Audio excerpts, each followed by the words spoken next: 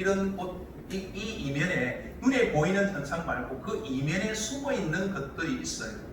그 이면에 숨어 있는 것들 중에 하나는 뭐냐면요, 교회의 욕심이에요. 교회의 욕심이 그것들을 지금 양산해내고 있다는 것입니다. 자기 것을 지키기 위한 것으로 이것들이 지금 생겨나고 있다는 것입니다. 정말 우리가 정확하게 우리가 볼 수 있다면 정말 그렇게 나가고 있지 않죠. 정치에서 이거 해결되는 문제가 아니거든요. 마지막 때가 되면, 여러분 잘 들으세요.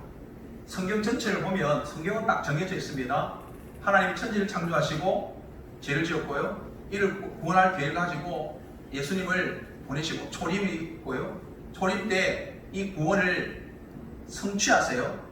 구원은 예수님으로 인해서 성취되었습니다. 그러나 구원은 각 개개인에게 모두에게 완성된 건 아니에요. 그래서 그 완성될 때까지 이 지금 마지막 종말의 시기를 가고 있는데, 예수님께서 재림하시는 그때가 되면 완성이 되는 겁니다. 구원은 성취되었고 이제 각자에게 구원이 계속 임하고 있죠. 그래서 그것들이 완성되어 가는 것입니다. 개인에게도 구원이 점점 더 성화의 과정을 해서 영화에까지 완성되어 가는 겁니다. 그 재림 때에 그것이 완전히 완성되게 된다. 그런데 이 마지막 요한계시록을 보면 마지막 때에 일어나야 될 일들에 대해서 환상으로 사도 요한이 본 것들을 이야기해 주고 있는데, 다니엘이 보았던 환상들이 예수님을 위해서 성취된 것처럼 사도 요한이 본 환상들은 이제 재림 때에 완전히 성취된다는 것입니다. 반드시 성취된다는 것입니다. 근데 여러분 잘 아셔야 되는 게 뭐냐면요, 세상은 결국은 망한다는 겁니다. 그런데 우리 사람들을, 특별히 그리스도인들도 많은 사람들이 어떤 생각을 갖고 있냐면요, 내가 열심히 신앙생활하고 내가 열심히 거룩하게 살면 내가 이 땅에서 성공적으로 부유하게 풍요롭게 천국과 같은 삶을 살 수 있다라고 이런 환상을 가지고 있다. 그럴 수도 있어요. 잠깐 누릴 수도 있습니다. 그런데 궁극적으로 큰 그림으로 볼 때는 결국은 세상은 악해져가고 멸망할 수밖에 없다라는 것입니다. 교회가 한때 우리의 부흥을 이루었지만 여러분, 시간이 가면 갈수록 세상으로부터 교회는 비난과 핍박을 피하기가 어려워져 간다는 것입니다. 이거는 성경이 나와 있는 현실이에요. 이제 사실이에요. 그런데 우리는 교회가 세상을 다스리고 지배할 것처럼, 세상을 뛰어넘을 것처럼 여러분 착각하고 있는 부분들이 너무 많아요. 교회가 열심히 산다고 해가지고 세상처럼 힘으로 정복하는 게 아니에요.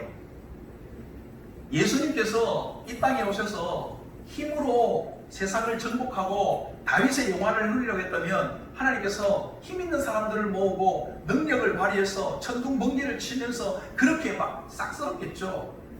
주님은요, 십자가에 지고 죽으셨어요. 힘으로 세상을 정복한 것이 아니라 사랑으로 세상을 정복한 겁니다. 잘 하셔야 돼요. 생각을 잘 하셔야 돼요. 그런데 지금 이러한 현실의 상황 속에서 정말 우리가 해야 될 것들은 하나님을 온전히 알고 그 안에서 온전한 믿음을 가지고 하나님의 말씀대로 이 땅에서 정말 성실하게 사람으로 살아가는 것, 이게 세상을 이기는 방법입니다. 그런데 지금 나오고 있는 여러 현상들, 내가 굳이 이야기하더라도 그것은 지금 사실은 성경적이지 않고 왜곡된 방법이라는 것을 여러분 아셔야 돼요. 열을 좀 내서 죄송합니다. 84번. 모든 죄가 마땅히 받아야 할 대가는 무엇입니까? 한번 읽겠습니다. 시작. 모든 죄는 이 세상과 다음 세상에서 하나님의 진노와 저주를 받아 마땅합니다. 아멘. 봅시다. 자, 이거 모든 죄는 하나님의 진노와 하나님의 저주를 받아 마땅하다. 우리 1부에서 죄의 비참함 이런 것들을 배울 때 다 나옵니다. 자, 죄가 들어왔는데요. 죄가 들어오면 죄책이 있고요. 그리고 그것으로 인해서 죄의 비참함을 우리가 느끼게 됩니다. 그런데 하나님의 진노와 하나님의 저주가 마땅히 우리 가운데 임하는데 이 세상에서도 임하고 마지막 끝날 천국에서도 천국의 마지막 날에도 이것들이 임한다는 겁니다. 그 첫 번째 보면 이 세상에서는 어떤 죄가 들어와서 세상이 어떻게 지금 변했는가 보는데 잘 안 보이죠? 네. 예? 전쟁하는 거예요. 중세시대에 막 전쟁하는 거. 예. 십자군 전쟁 이런 거 전쟁하는 모습인데 전쟁입니다. 전쟁이 지구가 있는 이상 싸움, 전쟁은 계속해서 이루어집니다. 계속해서 일어날 겁니다. 죄의 속성이 그래요. 전쟁을 일으킵니다. 서로 이기려고 하니까 전쟁이 일어납니다. 두 번째는 저건 잘 안 보이죠? 아프리카에 지금 애가 지금 이렇게 누워있는데 이거 기근입니다. 기근. 이 땅에 기근이 있습니다. 이거는 자연재해입니다. 잘 안 보이죠? 지진 일어나고 있잖아요. 지금 계속해서. 그리고 그 외에도 지금 올해는 비가 많이 왔습니다. 홍수. 그리고 결국 죽음에 이르게 되는 겁니다. 이게 죄가 이 땅 가운데 들어와서 아담 위에 죄를 지은 후에 죄가 들어와서 이 땅 가운데 있는 죄의 상태, 죄의 비참함입니다.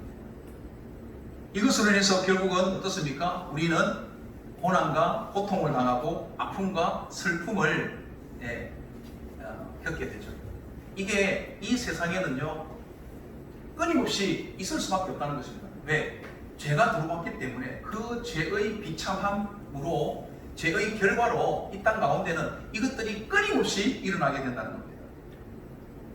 그리고 마지막 다음 세상 이제 마지막 재림하실 때 어떤 일가 그때는요 천국과 지옥으로 나뉜다는 거죠. 결국 심판이 있게 될 것이다라는 것입니다. 모든 죄는 반드시 심판이 있다라는 것입니다.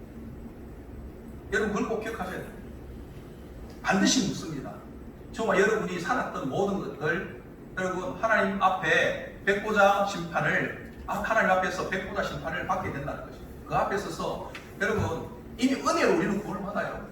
여러분 예수 믿었잖아요, 그렇죠? 은혜로 구원 받았습니다. 그러나 하나님 앞에 섰을 때 부끄럽지 않기를 바랍니다. 그리고 부끄럽지 않게 되기 위해서는 어떻게 해야 되냐? 여러분 끊임없이 우리는 회개를 하셔야 됩니다. 여러분 회개를 안 하면 하나님 앞에 나가서 하나님 앞에서 계산할 게 많아요. 회개, 진짜 이 계산, 네가 이렇게 잘못했지 이런 것들 할 거예요. 그런데 여러분 정말 우리가 매일매일 이렇게 회개를 하면 회개를 하고 천국 가면 하나님께서는요 더 이상 물을 게 없어요. 왜? 그때마다 하나님께서 다 용서해 줬기 때문에 이제 하나님께서 용서한 것은요 잊어버리겠다 그랬거든요. 그러니까 우리가 지었던 모든 과거의 모든 죄들을 잊어버리겠다. 기억지도 않겠다. 묻지도 않겠다는 겁니다. 그런데 여러분 우리가 잊지도 않고 회개도 하지 않으면 부끄러운 주님 앞에 설 때 부끄러움을 당합니다. 그러나 여러분 우리가 이 마지막 심판 앞에 이르기 전에 우리가 해야 될 것은 거룩하게 사는 거죠. 거룩하게 살기 위해서는요 회개를 해야 됩니다. 요한일서 1장 9절에 보면 만일 우리가 우리 죄를 자백하면 그는 미쁘시고 의로우사 우리 죄를 사하시며 우리를 모든 불의에서 깨끗하게 하실 것이요. 그래서 여러분 날마다 회개 율법의 기능 중에 하나가요 우리의 죄를 깨달으니까 그것을 회개하게 하는 것입니다. 회개를 함으로 말미암아 죄사함을 계속해서 받고 또 우리 힘으로 할 수 없으니까 예수님의 은혜와 능력을 계속해서 구하는 겁니다. 그리고 그 은혜와 그 능력을 구하면 그 은혜와 그 능력이 우리로 하여금 성화의 과정, 거룩한 길로 계속해서 가도록 하게 된다는 것입니다. 결론입니다. 여러분 거듭난 신자, 구원받은 신자는요 이 땅에서 성화의 과정을 이루셔야 됩니다. 거룩한 영적 전쟁을 치르셔야 됩니다. 잘 살고 못 사는 것보다 더 중요한 것이 내가 하나님 앞에 옳으냐 그르냐라는 것입니다. 오늘 새벽부터 우리가 열왕기서를 강해를 새벽기도 시작했는데요. 이 열왕기서 여러분 왕들의 기록이잖아요. 세상의 왕들의 기록을 보면 어떻습니까? 어떤 그 왕이 대단했다. 그 왕이 정복 전쟁을 많이 했다. 그래서 땅을 많이 차지했다. 뭐 문화를 일으켰다. 이런 것들을 치적들을 기록을 하잖아요. 그렇죠? 그런데 성경에 있는 열왕기서는요, 이스라엘 왕들의 역대 왕들을 쭉 기록했는데 열왕기서에는요, 이 왕들의 좋은 점보다도 나쁜 점들이 더 많이 기록되어 있다는 겁니다. 그게 어떤 관점으로 열왕기를 보느냐? 열왕기는 인간의 입장에서 볼 때 왕의 영화로 왕의 치적, 왕의 공적 이것을 기록한 것이 아니라 하나님이 보내신 선지자의 눈에 비춰진 왕들의 모습들입니다. 그래서 이 왕들이 선하느냐 악하냐, 성공했냐 실패했느냐는 하나님의 말씀에 순종했느냐 순종하지 않느냐 여기에 달렸다는 것입니다. 관점이 달라요. 세상의 왕들의 기록은 시적을 두지만 하나님 나라의 왕들은요, 시적이 아니라 하나님의 말씀에 얼마나 순종했느냐 순종하지 않았느냐 이것을 본다는 것입니다. 그러니 여러분, 저와 여러분도 마찬가지입니다. 이 땅에서 내가 얼마나 성공하며 살았느냐 실패했느냐가 아니라 얼마나 하나님 앞에서 내가 말씀대로 살았느냐 그렇지 않았느냐 이게 더 중요하다는 것입니다. 그러니 여러분, 못 산다고 여러분 너무 막 주눅들지 마세요. 또 내가 병이 있다고 주눅들지 마세요. 말씀대로 안 사는 게 문제지, 내가 좀 부족해도, 내가 좀 아파도 내가 하나님 말씀에 순종하고 살려고 애를 쓰면 하나님은 그 사람을 선하다 그렇게 평가합니다.